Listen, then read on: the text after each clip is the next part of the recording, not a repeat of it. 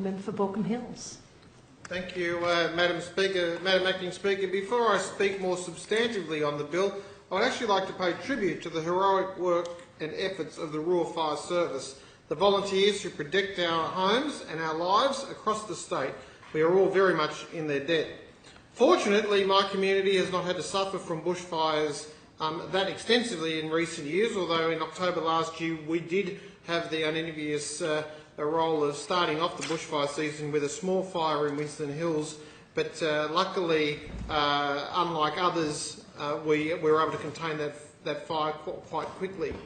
I also, Madam Acting Speaker, had the opportunity to honour the Rural Fire Service and the State Emergency Services, along with St John Ambulance, with a reception on the Queen's birthday, and I thank the Minister in the Chair, the Minister in his capacity as Minister for Emergency Services, along with the Federal Minister for Human Services, Senator the Honourable Maurice Payne, who attended and helped me and the Mayor of the Hills Shire, Councillor Michelle Byrne, in contributing the thanks that this community, my community, offers to firefighters, volunteers for protecting our state. Madam Acting Speaker, on the substantive side of the bill, I would like to welcome this bill as it comes about in response to recent bushfires and is designed to make it easier for those in a risk community to remove vegetation and other fuel for fires near their homes. It does this by creating a 10/50 vegetation clearing entitlement area to carry out the following vegetation clearing despite any requirements for approval, consent or other authorisation. The removal, destruction or pruning of any vegetation, including trees by means other than fire within 10 metres, or the removal, destruction or pruning of any vegetation except for trees or parts of trees within 50 metres of residential accommodation or a high-risk facility. And I commend the Minister for having the foreseeable approach, for having the foresight and approaching this with such sensible and appropriate policy. Madam Acting Speaker, high-risk facilities are schools identified as schools, childcare centres and hospitals, residential accommodation, which includes homes, hotels, seniors' housings and the like. The 10/50 vegetation entitlement clearing area shall be determined by the Commissioner of the Rural Fire Service and identified on a map published by the New South Wales Rural Fire Service website. By accessing a portal of the Rural Fire Service website, homeowners will be able to easily identify if their home falls within an entitlement area. Obviously, whenever there is a clearing of vegetation, environmental considerations are important. But what is more important is safety, and this bill manages to ensure that people are safe.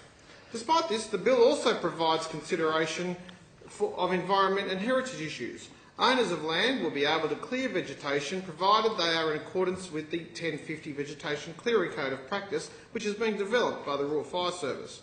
The Code of Practice will provide a guide to homeowners for the clearing of vegetation and advice on what type of vegetation can and cannot be cleared, including the types of trees, the circumstances in which vegetation should be pruned and not entirely removed, the protection of riparian buffer zones and the protection of Aboriginal and other cultural heritage.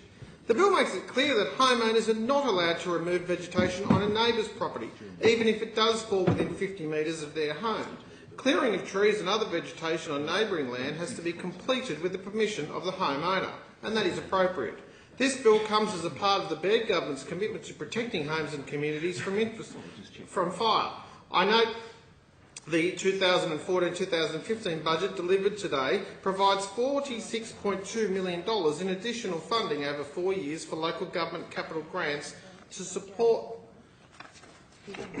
the Rural Fire Service infrastructure and an extra $31.8 million in funding over 4 years to improve the Rural Fire Service public information systems, expand its rapid area response capability, enhance behaviour analysis and other community safety programs. I also commend these programs for ensuring our Rural Fire Service is adequately equipped. Madam Acting Speaker, another way to adequately equip them is to make their job easier, to make the terrain around homes as suitable for bushfire fighting as possible, and this bill should serve to do that. For that reason, I commend the bill to the House.